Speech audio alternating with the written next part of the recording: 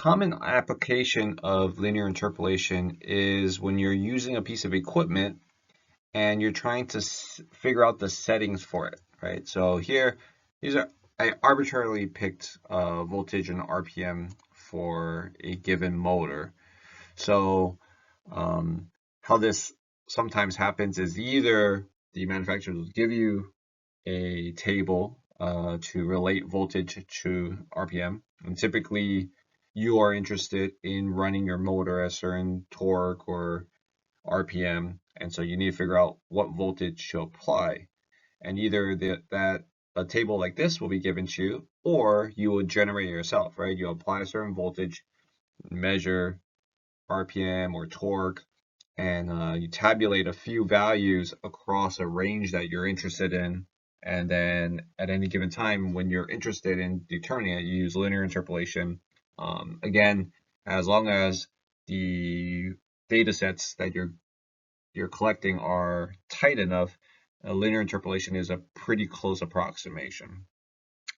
So I'm going to go through this a little bit quicker because we went through a few examples already, so you can go back to those if you need to understand the fundamentals of linear interpolation. But this is a good way to test if you understand how to use it accurately. So go ahead and pause this video and see, can you determine what voltage should be applied using this table if we're interested in 400 RPM, 750 RPM, and 1000 RPM. All right, so hopefully you remember using the common slope process, right? And you can set either voltage or RPM as your X and the other as your Y value. I flipped it in this case just to have variation, but again, it doesn't really matter which way you choose. So here we are searching for what voltage is associated with 500 RPM, this variable right here. And so now I have it showing up in the denominator instead of the numerator. So it really doesn't matter. So in this setting, I chose voltage to be my X and RPM should be my Y. And so I'm interested in 500 RPM, so that's in this range here. So I'll be looking at voltages of 71.5 to 89 and RPMs of 408 to 520, right? So again, you need to be consistent in what you put in the numerator on both sides and what you put in the denominator on both sides. And you're really looking at 3 points.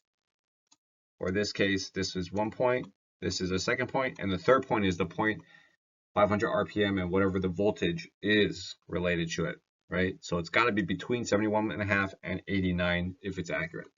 We just rearrange this equation, and then we can solve for the voltage, and we find it to be 85.875 volts, and that's in between.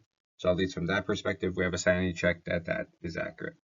Okay, so we'll do the same exact thing for 750 RPM. 750 RPM is between these values here. So 108 to 134 volts and 650 and 793 RPM, right? So we're solving for this term here. That's our third point, and we get 126.182 volts, which is in between. So at least from that sanity check, that is possible to be correct, right?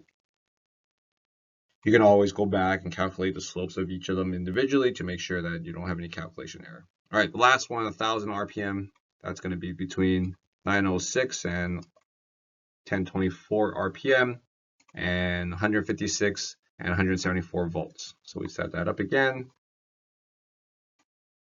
and we get 170.339 volts. And that is in between 156 and 174. So from that perspective, it's accurate, right? So hopefully you see a pattern.